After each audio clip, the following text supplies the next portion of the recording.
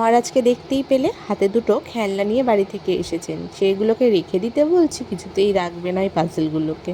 ওইগুলো নিয়েই হাতে করে চারদিক ঘুরেছে, জানো তো।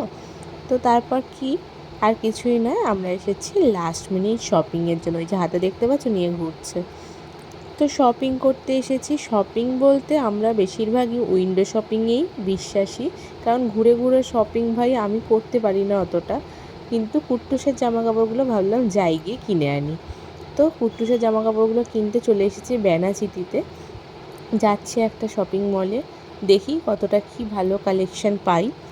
যাই হোক, তার আগে কিছু ঘরেওয়া টুকটাক জিনিস কেনার ছিল, সেইগুলোই কিনলাম।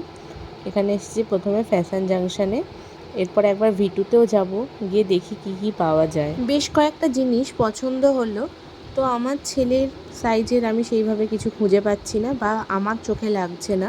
তো একটা কোনো রকমের নিয়ে ওখান থেকে বেরিয়ে চলে এলাম। এসে ভিটুর কালেকশানটা দেখে বেশ ভালো লাগলো, বেশ ইউনিক ইউনিক ডিজাইনের জামা কাপড় এসেছে। তো ওইগুলোই নিলাম একটা দুটো, নিয়ে বিলিং সেন্টারে চলে এসেছি।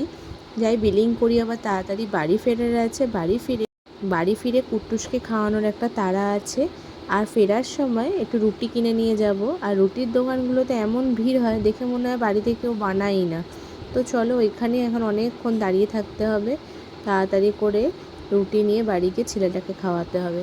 এই রুটির দোকানটায় প্রায় আমি আধ ঘন্টা থেকে পৌনে 1 ঘন্টা দাঁড়িয়েছিলাম।